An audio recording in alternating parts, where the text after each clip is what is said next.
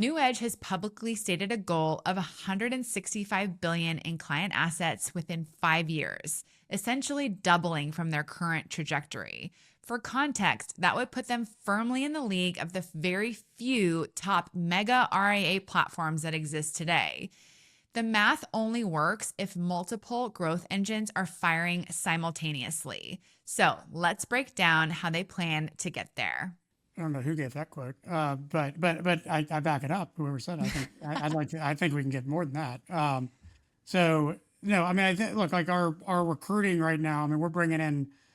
We'll probably have. I don't know what the end year number will be, but it'll be I mean, somewhere probably between between, yeah, it's close to 20 billion. just this last year in recruiting. So through recruiting and M&A, because M&A is a big piece of what we do. So if we bring in, call it 15, a year to 20 a year, that's one way to get there. Our existing asset base, just the law of large numbers, right? I mean, 80 billion grows by 10%, 100 billion grows by 10%, you're adding, a lot of just organic growth through the market and organic growth. And then I do think that there's, could be some opportunity for some mergers of like-minded firms happening over the next 5 years.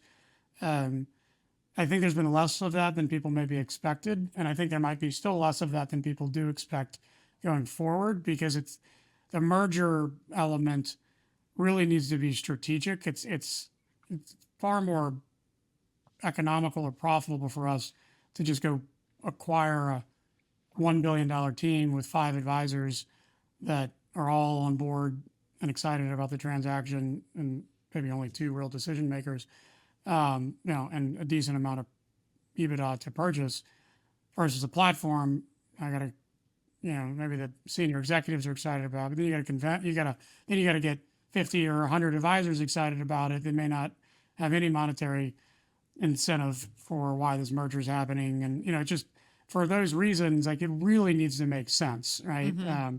I think you've seen that with some of the acquisitions that have happened at even the large fortune level recently. Like, advisors aren't just going to go somewhere because they're Right. firms about, right? So it's got to make sense. And I think we're starting to see that there's some areas where we have some strategic opportunities where a couple other firms really could fill some interesting gaps for us, kind of a merge versus build. So, you add a couple of those firms in the 20 to 30 billion range, it's, I'll say 200 by 5 years. So I'll say a Okay. full double. That'll be my. And I think the other thing that Alex and I and Rob and John Strauss are super excited about is the coming together of the, having an ultra high net worth and an incredible high net worth firm side by side, and sharing and intellectual capital resources, sharing and lead generation opportunities, sharing ideas between the two, is just now coming to fruition. And the results that Alex was talking about in the bridge program, I just think if we can continue to replicate that success, we're going to become, a true destination for both those advisor sets, not just the hidden secret, but somebody that's well known throughout the industry. Yeah, and the question about what am I most excited about? I'm most excited about the optionality that advisors are going to have, really starting to have, and will have over the next 5 or so years. I've said this before, but I think what happened in '08, really killed the culture firm option that advisors had. There was 30 or 40 really great firms before '08 that advisors, generally speaking, loved to be a part of. And then in a moment, they all went poof and were owned by 4 or 5 multinational bank-owned, firms.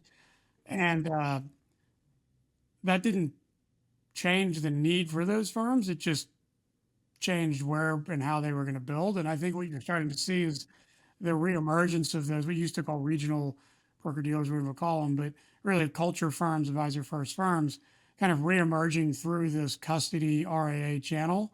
And you're going to probably see 20 or 30 national players, a lot of the names we probably are aware of today, that are going to be of really, really significant size and scale, kind of back to that. I mean, those firms that was back in pre-08, and they were, you know, 3,000 to 7,000 advisors and 500 billion of AUM. So I think you're going to see that, right? I mean, we're at 100, we'll be at 500, Right. and we'll be one of those 20 or 30, and there'll probably be another 20 or 30, about our same size and scale. But we'll all be a little different, right? We'll have our culture and we'll do our thing, and the other ones will have their culture and do their thing. And that's going to be really great for advisors because they should be able to have their cake and eat it too. Right. To be with a firm that they're excited to be with, that gives them everything that they need to be, to successful with their clients and feel like they matter. And it means we don't all have to be everything for everybody. So that's kind of what I'm most excited about, is what the future that advisors have in front of them. What are you most excited about or looking forward to, Neil? I think that, we started this, as we said in the beginning, with an aspiration of recreating the advisor first firms of the past that largely disappeared. We had ambitious goals, but and we probably really wanted that to happen. But I think, to Alex's point, like, we really feel like it's in reach. I mean, we do believe that we can create a 100-year firm. We do believe others will do the same, and that this is the new golden age for advisors.